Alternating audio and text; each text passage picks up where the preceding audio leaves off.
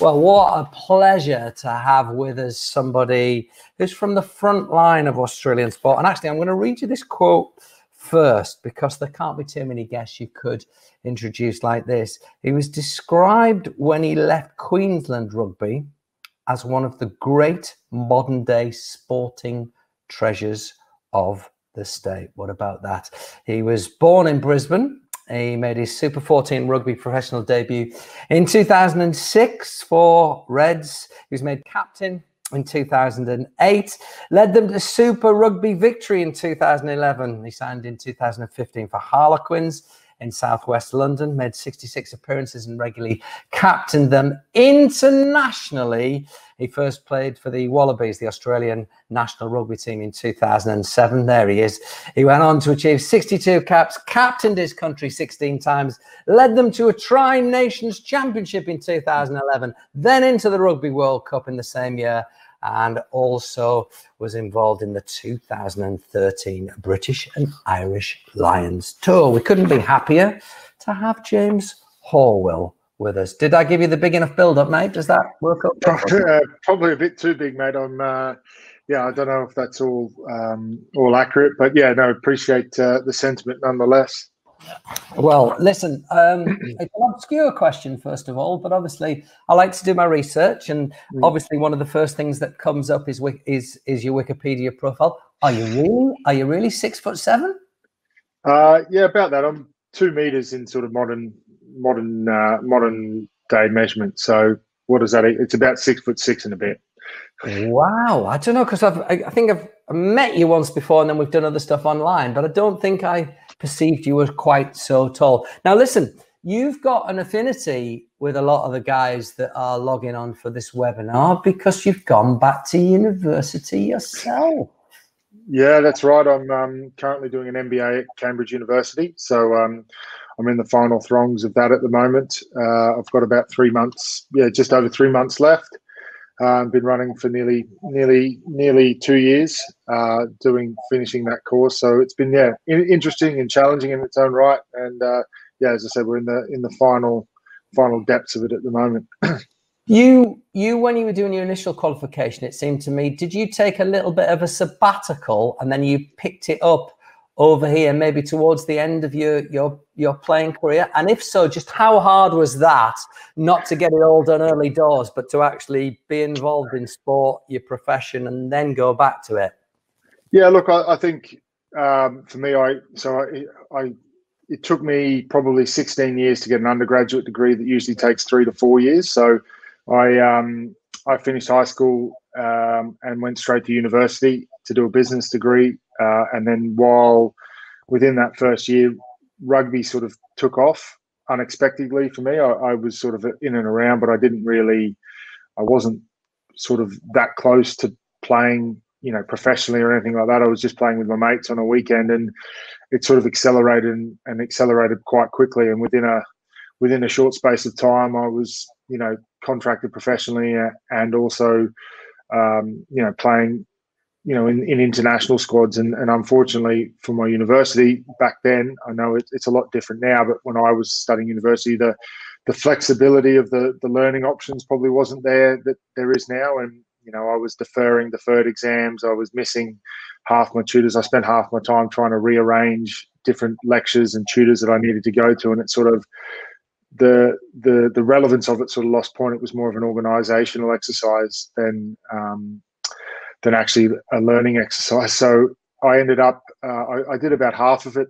I got about through half of it back in Australia, and then had a bit of a hiatus. And then when I moved over to the UK in 2015, I realized I had a lot more time on my hands. So I picked up where I left off and transferred my credits over to a university here in the UK, the University of Hertfordshire, and completed my business and sports management degree there in 2018.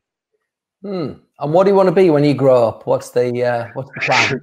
I was still working that one out. Look, I think that was part of the reason for doing this, the University of Cambridge stuff. I came to the end of my rugby career and decided I wanted to retire, and then worked out that I still wasn't clear, and there was an opportunity to come to the university such as the University of Cambridge and experience, you know, a group of people that were so different to what I'd been used to for the last 15 years being a professional athlete. And so, look, that was part of it. I'm still working that one out. I think there will be a connection to the sporting industry. I think that's one thing that I've found very clear and obvious since doing this this course, that everything sort of seems to lead back to sport in some way, shape, or form. It doesn't have to be rugby, but yeah, I have a real affinity with sport in general, and so I'm looking to hopefully push forward in a career in some way in the sporting industry. Yeah, you couldn't resist though within just a few months of arriving at Cambridge of getting involved in the varsity match with Oxford, could you? I mean, you just can't let it go. Yeah, I'm gonna hang them up. I'm never gonna go on a rugby pitch again. And then within a few months, poor old Oxford are lining up against Australia's World Cup captain of a few years ago. Yeah, I mean, that was a unique opportunity again, and also one of the benefits of going to Cambridge. I think there's been a lot of people throughout the years have had the opportunity to play in the varsity match. It's probably not what it used to be sort of, 20, 30 years ago, where it was sort of almost like an international trial game, the varsity match, but it still holds a great prestige, particularly back in Australia, and the opportunity arose to play, and I was lucky enough to get a go. We played, we won, which was the nice thing, and I couldn't really celebrate because 9 a.m. the next morning I had an exam, so I had to cut the celebration short in London and get back to Cambridge to sit a 9 a.m. exam on about 4 hours sleep. So I passed the exam, so that's all that matters. Yeah, listen, you've had some real high spots in your life, so I've got no sympathy whatsoever with that. So listen, I'm going to take this conversation absolutely all over. I'm going to challenge you students, usual rules apply. Please try and write down 3 takeaways from the chat with James, and also contribute.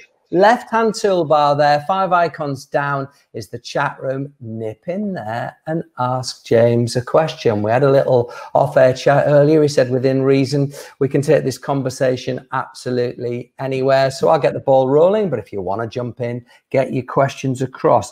And one thing that immediately came to mind was, why would you have more time on your hands over here to be able to pick your degree up than you did back in Brisbane?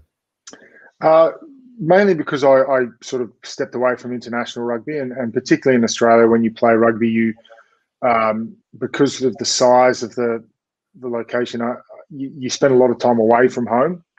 So in the year before I moved over here, we worked out that I spent 290 days away from my own bed, either touring or traveling, or and we used to do a lot of rugby training camps within Sydney. So obviously, if you're Brisbane based, that means you're staying at a hotel, or you're away from your partners, your families, and it just became a little bit more difficult. Where coming to the UK, I sort of knew that my international rugby was over, and you're just playing for one club, so you have a lot more time where you can play, and you're not traveling. While you still play during the week, each day you've got more time on your hands to be able to not chip away at, I guess, the degree, and that's sort of what I did, and once coming here, I realised that quite quickly and decided that I wanted to pick that up quite quickly. Do you think we need to do a very basic geography lesson? Because I'm surmising there'll be quite a few people that are logging on that perhaps don't know the sheer scale of Australia and sort of imagine it be all quite bunched together and within 2 or 3 hours, but it's nothing like, is it? Do you want to do 30 seconds on just the basic nuts and bolts of the key cities? Yeah, so okay, I'm from Brisbane, which is just north of the Gold Coast, so it's about an hour and a half flight from Sydney, and then from Sydney, if you were going to go to the next major city, which is Melbourne, which is right down the south of the east coast, it's probably another hour and a half from Sydney on from there. This is flight. I couldn't tell you the driving mileage because I've never actually driven it, but it reliably tells me it takes somewhere between 8 to 12 hours to drive from Brisbane to Sydney.